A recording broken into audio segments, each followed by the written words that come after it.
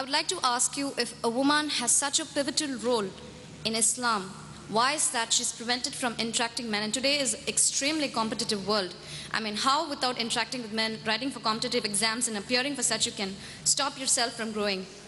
The sister asked the question, today is a world of competition. Without women interacting, how can they compete in this world, etc. Sister, Islam is a religion which has uplifted the woman, and Muhammad Sallallahu Alaihi Wasallam is the major benefactor. There is not a single rule in Islam which prevents the upliftment of the woman. But in the name of upliftment, Islam does not believe in degrading women. If you see history, sister, history of Babylon, history of Greek, history of Egypt civilization, women were only used for sex and pleasure. And today, if you see the Western world, the Western society, talking of uplifting the woman, have actually degraded her to a status of mistresses, of concubine, of society butterflies, which are mere tools in the hands of pleasure seekers and sex marketers. Today, the Western society, talking about women's liberalization, it is nothing but a disguised form of exploitation of a body, of degradation of an honor, and deprivation of a soul. Sister, Islam never wants to prevent the woman from upliftment. But I don't know of a single job or a single competition in which a woman does not interact with men and she cannot advance. All the jobs which involve unnecessary interaction of the men aren't jobs which are fit for the woman to be done.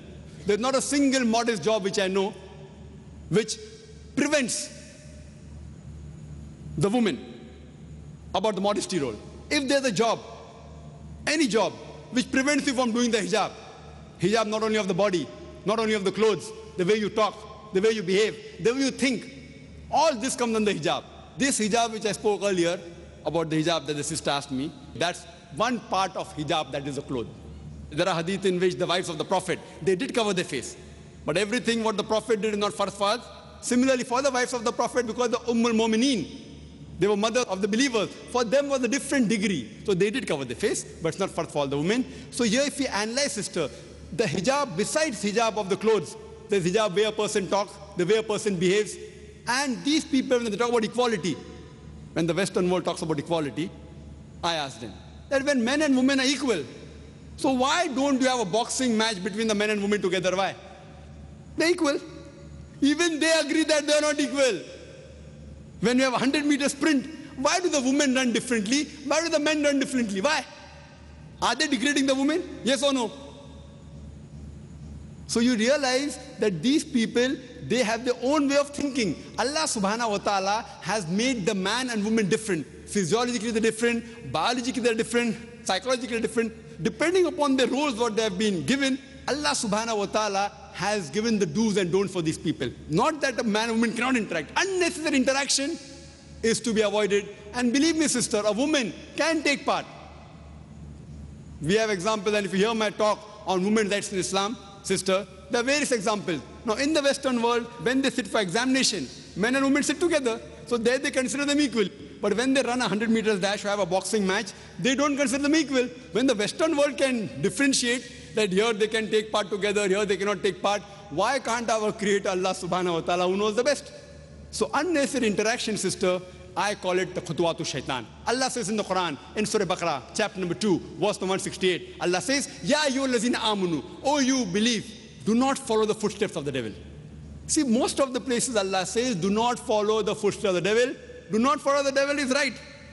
That's only a couple of times. Majority of time Allah says, do not follow the footsteps of the devil. And I give an example, sister.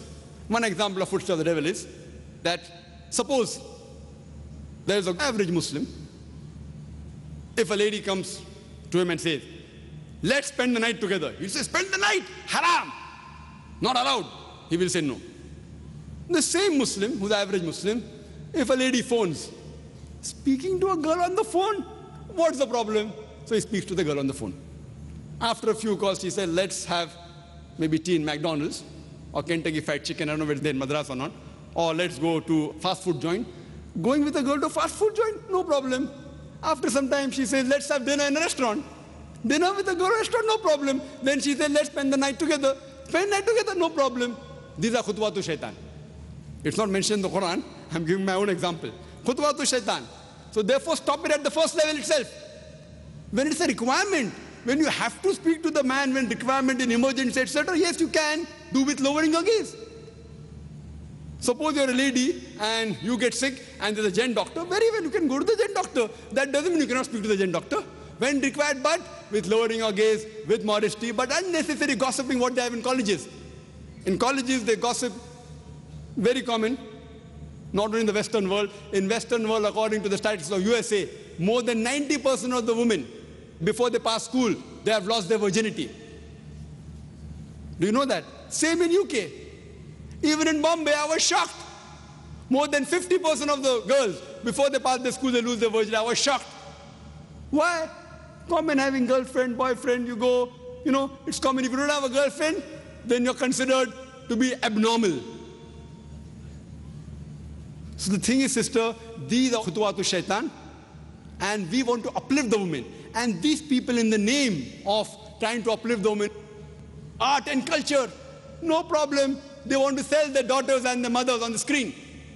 And someone told me, one of the ads which won an award, the BMW ad, somebody told me, the BMW ad, it's a car which is very famous. For the youngsters, like how Mercedes, Merc is a very famous car. For the youngsters, it's a BMW. There's a very famous ad, someone told me, there's a girl standing on a bikini in front of the car, and it says, test drive her now. Who, the girl or the car? What are they doing? They're selling our daughters. They are selling their sisters. We Muslims, we don't want that. In the name of upliftment, we don't want to sell our daughters, don't want to sell our sisters. We respect them, we love them, and we revere them. This is the reason, sister, this does not degrade the woman, it uplifts the woman. Hope that answers the question.